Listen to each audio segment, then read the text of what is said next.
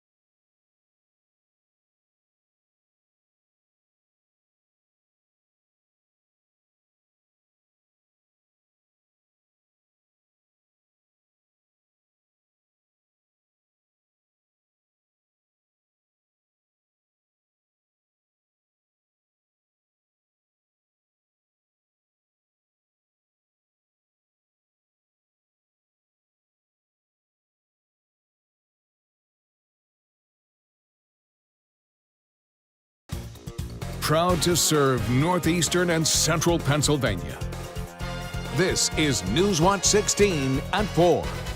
Good afternoon, everyone, and welcome to Newswatch 16 at 4. I'm Stacey Lang. One of the state troopers injured in a shooting in Franklin County is now home from the hospital. Two troopers were hurt after a car chase ended in an exchange of gunfire here in Chambersburg.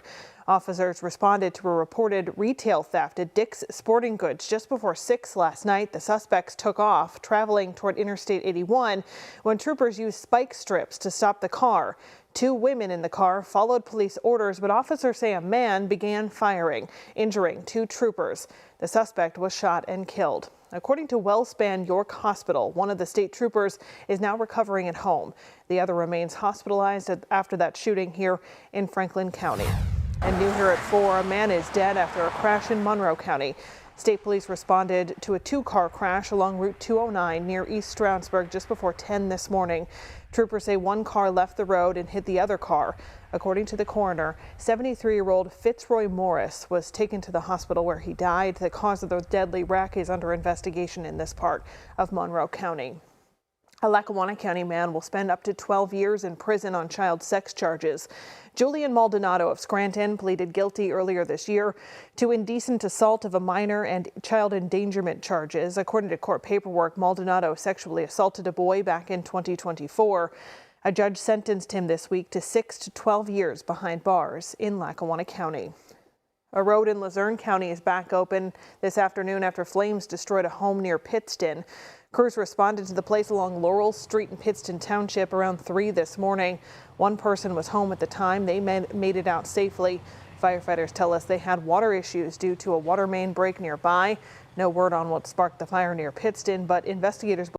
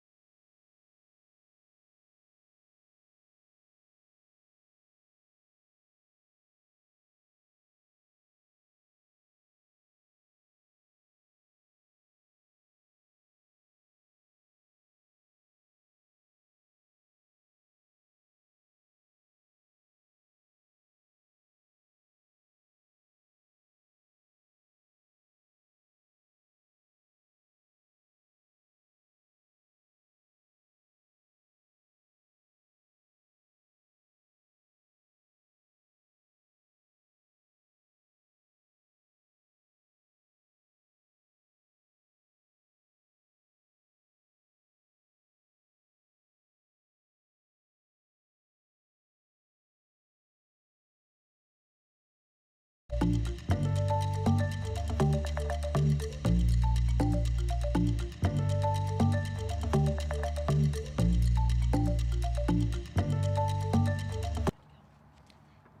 afternoon, everyone. My name is Colonel Chris Paris. I'm the Commissioner of the Pennsylvania State Police. Over my left shoulder is Lieutenant Colonel George Bivens, Deputy Commissioner of Operations for the Pennsylvania State Police. Over my right shoulder is Franklin County District Attorney Ian Brink. It's our goal today to discuss a critical incident which occurred yesterday in Franklin County involving the Pennsylvania State Police. I will attempt to give a very high-level briefing of the order of events. I will attempt to give an update on the condition of our two troopers. I will then turn it over to Lieutenant Colonel Bivens, who will give us an operational rundown of where we are in the investigation, and then he will turn it over to District Attorney Brink, the Chief Law Enforcement Officer in Franklin County. So yesterday's incident began at approximately 6:15 p.m., where a report of retail theft occurred at Dick's Sporting Goods, located at 1320 Lincoln Highway East in Guilford Township, Franklin County. A description of the actors and the vehicle was broadcast as a result, a gold Chevrolet Express van. A short time later, on Interstate 81, multiple troopers were able to identify the vehicle and pursue it. There were two separate attempts to deploy stop sticks in that pursuit, or tire deflation devices. The second attempt was successful on the Chevy van, and that occurred in the area of exit 3 on Interstate 81 southbound. The incident ended on the off-ramp of Interstate 81 exit 3, basically right in the grassy area at the bottom of the ramp. Inside of the Chevy Express van were one driver and two female occupants. Troopers attempted to conduct a felony car stop, and as a result, there was a fierce gunfight that occurred, during which time two of our troopers were shot. The first trooper who was shot is Trooper Thomas Pack, P-A-C-K. He is 23 years of age. He enlisted in the Pennsylvania State Police in June of 2024. The second trooper who was shot was Trooper Lucas Amorose, A-M-A-R-O-S-E, age 31. He enlisted in 2017. Trooper Amorose is married. As a result of their injuries, they were life-flighted to Wellspan York Hospital. I can confirm that Trooper Pack was shot multiple times. I can confirm that Trooper Amorose was also shot multiple times. Their conditions: Trooper Pack at this hour has been released, continues to recover at home. Trooper Amorose was listed overnight in critical but stable condition. He had multiple hours of additional surgery today. His condition currently has been upgraded to serious, but he continues to recover at Wellspan York, coming out of that most recent procedure. A word about the incident itself. In the immediate aftermath, from a training perspective, the use of tourniquets, here again, we believe, was a critical piece in our troopers surviving. The use of ballistic trauma first aid kits was also critical, and I cannot say enough about the way that our two troopers who were struck, but additional troopers who were involved and others who arrived at the scene immediately thereafter, how that was able to preserve the life of our two troopers. The actor, as we released last evening and we'll hear more about shortly, was killed as a result of this gunfight. Several things that I have to mention. To the first responders who were there for us, to our law enforcement partners, to the flight crews that flew our troopers to Wellspan York, to the medical professionals, doctors, nurses, everyone at Wellspan York who helped save our people, the Pennsylvania State Troopers Association, and even members of the public, to include a Good Samaritan who was an off-duty doctor who stopped in the immediate aftermath of this gunfight to help preserve some first aid for our people. We cannot say thank you enough. It is not lost on me as I stand here today that since becoming the Commissioner of the State Police in January of 2023, these two troopers represent the 7th and 8th troopers shot in those intervening 34 months. Additionally, since August 7th across Pennsylvania, they represent the 8th and 9th law enforcement officers who have been shot across this Commonwealth. I would lastly, before I turn it over to Lieutenant Colonel Bivens, like to ask you for the continued thoughts and prayers of not only our troopers, but their families, their significant others, spouse, extended family. It's a terribly traumatic event. I can tell you that last night I spoke to both of them. They were conscious, in very good spirits, and I can't say enough about how they performed during this incident, but also how their fellow troopers and our law enforcement partners performed. It's with a great sense of pride that I say that, and it's with a great sense of thankfulness that we are not here planning 2 line-of-duty funerals.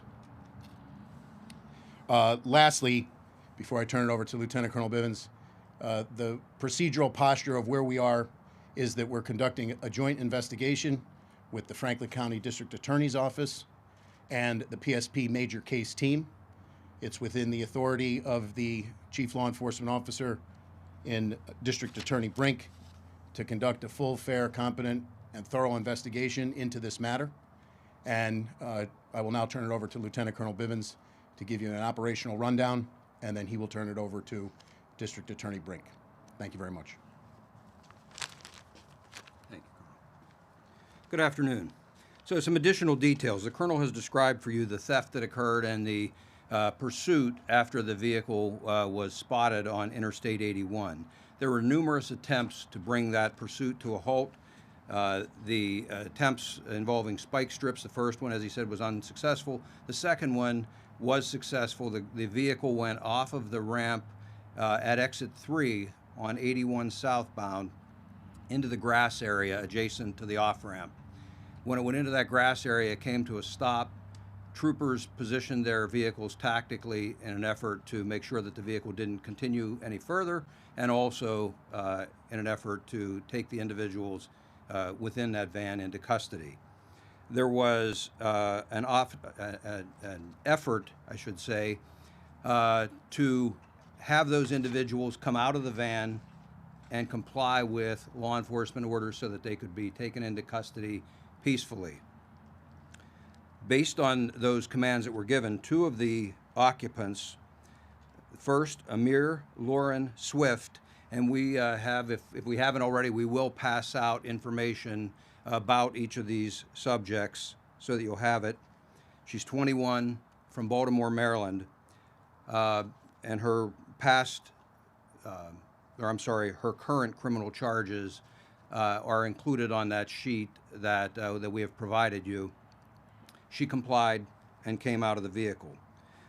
A second suspect, Gianni Jada McGowan, also 21, of Baltimore, complied and came out of the vehicle. A third subject, who we now know is Lamar Foy, he was 31, from Baltimore, Maryland as well, did not comply. Troopers attempted to give commands. They broke the driver's window out of the vehicle in an attempt to get access to him. He began firing on troopers from within the van, and as troopers positioned themselves to places of cover behind their vehicles and adjacent to their vehicles, he actually ran out the side door of the van and charged those troopers in an effort to shoot them, and continued firing at them as he ran toward them. Troopers exchanged gunfire with him. He actually came around one side of one of the patrol vehicles and then started to go around the front and the other side of that vehicle in an effort to chase those troopers down. 2 of the troopers were seriously wounded. I will tell you that, having watched the video, I'm incredibly proud of those troopers. They stayed in the fight, in spite of both of them having significant, serious wounds. They stayed in the fight until the threat was neutralized. The third trooper, fortunately, was not wounded.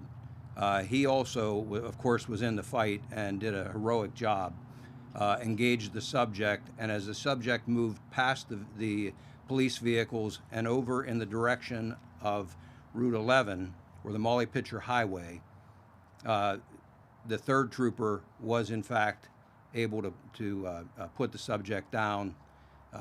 He was checked and was ultimately found to be deceased. There are a number of investigative steps that have been taken. We have served numerous search warrants to include on the van that was involved in this incident. There was a large quantity of illegal drugs, paraphernalia, and cash found within that van. There was stolen merchandise found within that van. And so there are a lot of things that will continue to be investigated as we go forward. We do not believe that this crime was committed in an isolated manner, but instead was likely part of a larger crime pattern, and that remains the subject of investigation going forward. There are a number of investigative steps that remain to be done in the shooting investigation itself. However, the vast majority of the steps needed to ensure we have a good understanding of what occurred there have already been taken. There was significant video footage from many different angles that was able to be reviewed as part of this investigation, and again gave us a great insight as to what occurred there. There are additional analyses that will be done, and if there is anything significant to report as a result of that ongoing investigation, we will release that at some point in the future. When we're done here, we'll open this up to questions in a few minutes, but first, the district attorney would like to say some words here about his findings in the matter. Sir. Thank you. First off, thank you everybody for coming. My name is Ian Brink. I am the Franklin County District Attorney. I would like to thank Commissioner Paris and Lieutenant Colonel Bevins from the State Police. Also, I don't know, he made it over there, my Chief Detective Scott Mummer, who assisted me by going out on the scene last night. And also I have from the coroner's office, our former elected coroner, now just working there, Jeff Connor, who assisted as well. So we are here to discuss the fatal shooting of Lamar Foy last night in Antrim Township, Franklin County. As District Attorney, my role is to review any use of force by law enforcement in Franklin County and to make a determination on that use of force. And that's what I'm going to be discussing today. I wanted to give this update in person at this time because we don't get many of these sorts of incidences in Franklin County. This is fairly unique here. So I wanted to be able to make everybody aware of what we're doing and why we're doing it. Between last night and today, investigators from the State Police, the coroner's office, and my office have worked together to gather the video evidence that's been referenced, process the scene, determine the chain and sequences of events that led to the police response that ultimately resulting in the shooting death of Mr. Foy. I personally, along with members of my office, reviewed the footage from body cameras and MVRs. Specifically, my first Chief Deputy District Attorney, Jonathan Faust, my Chief Deputy District Attorney, Enoch Jones, again, Scott Murmert, my Chief County Detective, and Chief County Detective Todd Baker from my office all went to the scene last night to have a better understanding of what was going on and to answer any questions or to assist the State Police as they're involved in their investigation. My staff kept me in constant contact and relayed all relevant facts as they learned them to me. In reviewing all of the known facts that PSP has relayed to you today related to what was seen on the video and the other evidence collected at the scene, I am confident that the troopers' use of force in this case was 100% justified. There's no question in my mind. The video and evidence in this case is clear and decisive. Foy fired a handgun at law enforcement officers multiple times, which resulted in 2 troopers getting struck multiple times. There's no question about that fact. Under the definition of justification in the law, the shooting death by a law enforcement officer was absolutely necessary in order for the troopers to neutralize the threat and to protect themselves and others from potential serious bodily injury or death. Again, the use of force in this case was not just justified, as all the law requires, it was absolutely necessary. Foy's intent was clear by his actions.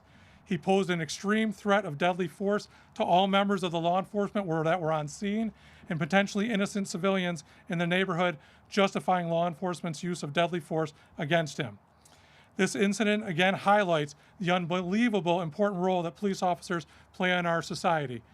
The absolute brave nature of the actions that took place are something that we should be proud of as a society and a community. Watching the video of what these officers did when a gunman not further away from me to you is shooting at them was absolutely incredible. And then the response of their other law enforcement officers when they're injured and coming to their aid again was amazing. It was one of the most amazing videos I've ever seen. And these are troopers that I see in court and talk to every day. I know them personally. And when you start watching these videos, it starts to make you sick, because the rest of us don't go to work under those circumstances, but these officers choose to do that and put their lives on the line for us. So we must continue to support the police and remember to appreciate that fact that they put their lives on their line for us every single day. Thank you. If there's any questions, we'll obviously keep in mind this is an ongoing investigation, so there's very little that we'll ultimately be able to answer, but we'll give it a shot and see where it goes. Anybody? This isn't here for WGAL. Yes. Will body-worn camera footage be released at any point in the future? Not at this time, as long as the investigation's going on. No. Okay. And was it bullets from Foy's gun that hit the troopers? Yes. Yes. And what was the firearm that he was using? It was a .40 caliber, correct? Yes. Yeah, .40 caliber. Yes. Yeah. So he came to armed ready to do some serious damage. And sir, if I might, Yes, absolutely. and along those lines, that firearm that he was using had been stolen September 29th in Maryland. It was a .40 caliber handgun and fully loaded. Any other questions? Yes, ma'am. You said that you're 100% confident the use of deadly force. Is that your official conclusion? It is. Okay. And Yep, go ahead. I'm Sean Hardy. I've been looking at newspapers in Franklin County. So there were 3 primary troopers on scene Correct. when the gunfight took place. Yes. Okay. Any other questions? I'm Amber, also with Gazette Newspapers. Were there any pedestrians, motorists at risk of, getting in crossfire or, involved in any way? It's a little. I mean, there were obviously people driving around in the area. I mean, it was during, it was not dark out at that point in time. There's always the possibility that that could have occurred. Correct. Were So. businesses locked down in the area? No, ma'am. There was no time to lock those down. This all played out in seconds, literally, as the vehicle came down the ramp, went into the grass, and within moments, there was an exchange of gunfire. It all played out in less than probably a minute or a minute and a half. And that was that was at what time? I know 6:14 was the call. How many minutes passed before? It would have been about 6:24, I believe. It was about the time of the incident there. And where were the 2 females at the time the shooting was taking place? One was on the ground in the grass outside of the van. The other one was just exiting the door when it started. And then she continued out and came into the grass. So neither of them tried running or during the gunfire itself? Both of them did initially, they were complying, but both initially ran, I believe, for their own safety from the shooting that was coming from within the van. They ran a short distance and surrendered immediately after the shooting stopped. Yeah, we're going to wrap it up. That's going to be all the questions. Thank you very much for coming. We very much appreciate it. And again, I appreciate law enforcement's response, and keep that in mind regarding law enforcement and what they have to do every day. Thank you.